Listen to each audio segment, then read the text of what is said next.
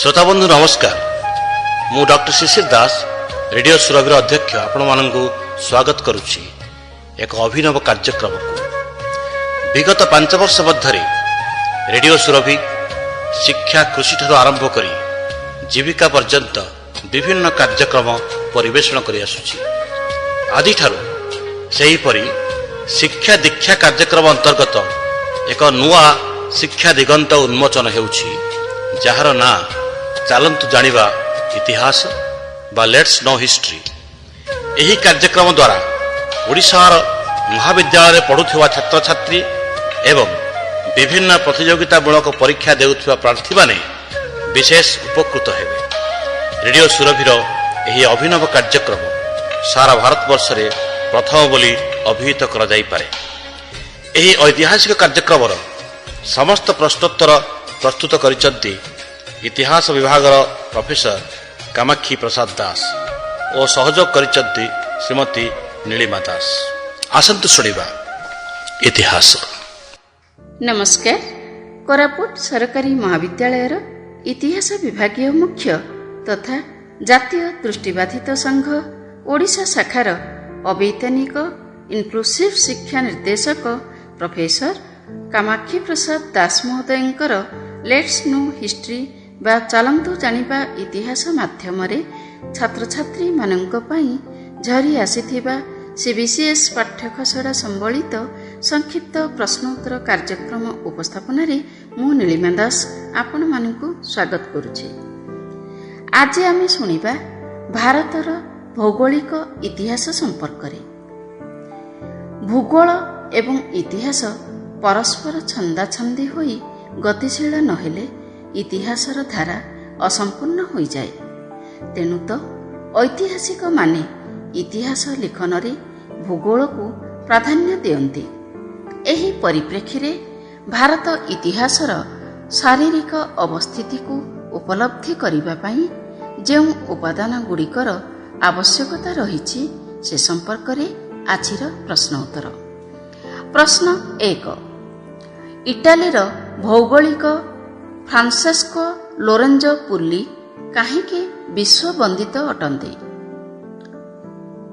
उत्तर माग्नम ओपुस लाकार्टोग्राफिया आंटिका del India पुस्तक रचना करी भारतीय मानचित्र गुड़िक सेथिरे स्थानित करिथिबा कारणरू। प्रश्न 2। एकादश शताब्दी रे केउ काश्मीर साहित्यिक तांकर पांडुलिपि पई प्रसिद्धि अर्जन करिथिले? उत्तर साहित्यिक खेमेंद्र। प्रश्न 3। काश्मीर साहित्यिक खेमेंद्रଙ୍କ पांडुलिपि केउ पुस्तक आधार रे वर्णित? उत्तर लोक प्रकाश पुस्तक आधार रे। प्रश्न 4। प्रारंभिक मध्ययुगरे संग्रहणी पांडुलिपि काहींकि प्रसिद्धि अर्जन करिथिला? उत्तर फ्रांसेस्को लोरेंजो पुल्लीଙ୍କ मानचित्र प्रस्तुति रे संग्रहणी पांडुलिपि आधार रूपे कार्य करिथिबा कारणरू। प्रश्न 5। द्राविड़ माने भारतीय मानचित्र प्रस्तुत करिथिबा कथा केउथिरु स्पष्ट होइथाए?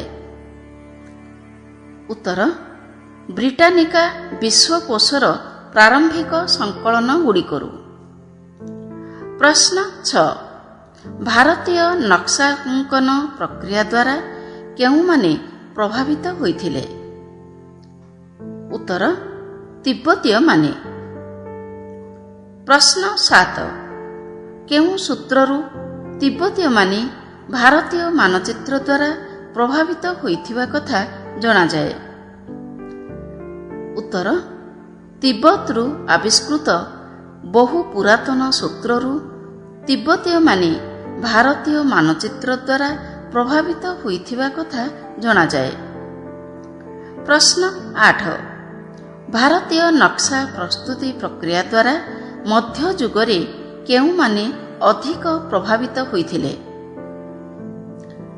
उत्तर इस्लामीय ନକ୍ସା ପ୍ରସ୍ତୁତିକାରୀମାନେ। ପ୍ରଶ୍ନ 9, ଗୋଟିଏ ସ୍ଥାନରେ ଜନବସତି ଗଢ଼ି ଉଠିବା ପାଇଁ କେଉଁ ତିନୋଟି ଉପାଦାନ ମୁଖ୍ୟ ଭୂମିକା ଗ୍ରହଣ କରିଥାଏ? ଉତ୍ତର ଭୌଗୋଳିକ ଅବସ୍ଥିତି, ଜଳ ଉପଲବ୍ଧତା ଏବଂ ଆଞ୍ଚଳିକ ପାଣିପାଗ। ପ୍ରଶ୍ନ 10, ଜନବସତିର ବିକାଶ ପାଇଁ କେଉଁ ଆବଶ୍ୟକତା ଗୁଡ଼ିକ ଭୌଗୋଳିକ ପରିସ୍ଥିତି, ଜଳବାୟୁ ଏବଂ ଜଳ ଉପଲବ୍ଧତା ଦ୍ୱାରା ପ୍ରଭାବିତ ହୋଇଥାଏ? ଉତ୍ତର ଜନବସତିର ଖାଦ୍ୟ, ଜଳ, ବସ୍ତ୍ର ଓ ବାସଗୃହ ଆଦି। ପ୍ରଶ୍ନ 11, ଭାରତର କେଉଁ କେଉଁ ପ୍ରାକୃତିକ ଅବସ୍ଥା ଏହାର ଜଳବାୟୁ ଜନିତ ବୈଷମ୍ୟତାକୁ ଦର୍ଶାଇଥାଏ? ଉତ୍ତର ଭାରତର ଉତ୍ତର ମେରୁର ଶୀତଳ ବାୟୁ, ରାଜସ୍ଥାନ ଅଞ୍ଚଳର ଉତ୍ତପ୍ତ ଜଳବାୟୁ, ଉପକୂଳୀୟ ଅଞ୍ଚଳ ଜଳବାୟୁ, ଉତ୍ତର ପୂର୍ବାଞ୍ଚଳର ଚିରହରିତ ଜଙ୍ଗଲ ଆଦି। ପ୍ରଶ୍ନ 12, ଭାରତର ବିଭିନ୍ନ ଭୌଗୋଳିକ ଅଞ୍ଚଳକୁ ନେଇ କାହିଁକି ଏହାର ଇତିହାସ ପ୍ରଭାବିତ ହୋଇଛି?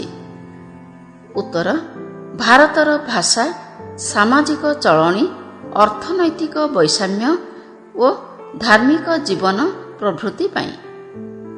ପ୍ରଶ୍ନ 13, ହିମାଳୟ ଅଞ୍ଚଳକୁ କେତେ ଭାଗରେ ବିଭକ୍ତ କରାଯାଇଛି ଓ କ'ଣ କ'ଣ? ଉତ୍ତର 3 ଭାଗରେ ବିଭକ୍ତ କରାଯାଇଛି। ସେଗୁଡ଼ିକ ହେଲା ପୂର୍ବ ହିମାଳୟ, କେନ୍ଦ୍ର ହିମାଳୟ ଏବଂ ପଶ୍ଚିମ ହିମାଳୟ ଅଞ୍ଚଳ। ପ୍ରଶ୍ନ 14, ପୂର୍ବ ହିମାଳୟ ଅଞ୍ଚଳରେ କେଉଁ କେଉଁ ପର୍ବତ ପରିଦୃଷ୍ଟ ହୋଇଥାଏ? ଉତ୍ତର ଶାଖା, ଖାସି, ଗାରୋ ଏବଂ ଜୟନ୍ତିଆ ଆଦି। ପ୍ରଶ୍ନ 15, କେଉଁ ଉପତ୍ୟକା ଆସାମକୁ ଦକ୍ଷିଣାଞ୍ଚଳରୁ ବିଚ୍ଛିନ୍ନ କରିଥାଏ? ଉତ୍ତର ବ୍ରହ୍ମପୁତ୍ର ଉପତ୍ୟକା। ପ୍ରଶ୍ନ 16, ମିଆଁମାର ଦେଶର ସୀମାରେଖାକୁ କେଉଁ ପର୍ବତ ଶ୍ରେଣୀ ଚିହ୍ନିତ କରିଥାଏ? ଉତ୍ତର ମଣିପୁରର ଦକ୍ଷିଣରେ ଥିବା ଲୁସାଇ ଏବଂ ଚୀନ ଦେଶର ପର୍ବତମାଳା କ୍ରମଶଃ ସଂକୀର୍ଣ୍ଣ ହୋଇ ଆର୍କାନ ୟେମା ପର୍ବତ ଶ୍ରେଣୀ ରୂପେ ଚିହ୍ନିତ କରିଥାଏ।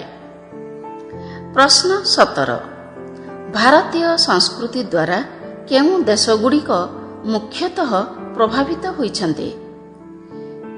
ଉତ୍ତର ଦକ୍ଷିଣ ପୂର୍ବ ଏସୀୟ ରାଷ୍ଟ୍ର ସମୂହ ଏବଂ ଦକ୍ଷିଣ ଚୀନ ଦେଶଗୁଡ଼ିକ। ପ୍ରଶ୍ନ 18, ପୂର୍ବେ କେଉଁ ପ୍ରଜାତିର ଲୋକମାନେ ଆସାମରେ ପ୍ରବେଶ କରିଥିଲେ? ଉତ୍ତର ଅହୋମ ପ୍ରଜାତିର। ପ୍ରଶ୍ନ 19, କେନ୍ଦ୍ର ହିମାଳୟର ବିସ୍ତୃତି କେଉଁଠାରୁ କେଉଁ ପର୍ଯ୍ୟନ୍ତ ରହିଅଛି? ଉତ୍ତର କେନ୍ଦ୍ର ହିମାଳୟର ବିସ୍ତୃତି ଭୁଟାନ ଠାରୁ ଚିତ୍ରାଳ ପର୍ଯ୍ୟନ୍ତ ରହିଛି। ପ୍ରଶ୍ନ 20, କେନ୍ଦ୍ର ହିମାଳୟ ଅଞ୍ଚଳ କେଉଁ ଅଞ୍ଚଳକୁ ଘେରି ରହିଥିବା ଜଣାଯାଏ? ଉତ୍ତର ତିବ୍ବତୀୟ ମାଳଭୂମି ଉପାନ୍ତ ଅଞ୍ଚଳକୁ। ଆଜି ପାଇଁ ଏତିକି। ପୁଣି ଆସିବି ଆଗାମୀ ଅଧ୍ୟାୟରେ। ସେ ପର୍ଯ୍ୟନ୍ତ ବିଦାୟ ନେଉଛି। ନମସ୍କାର।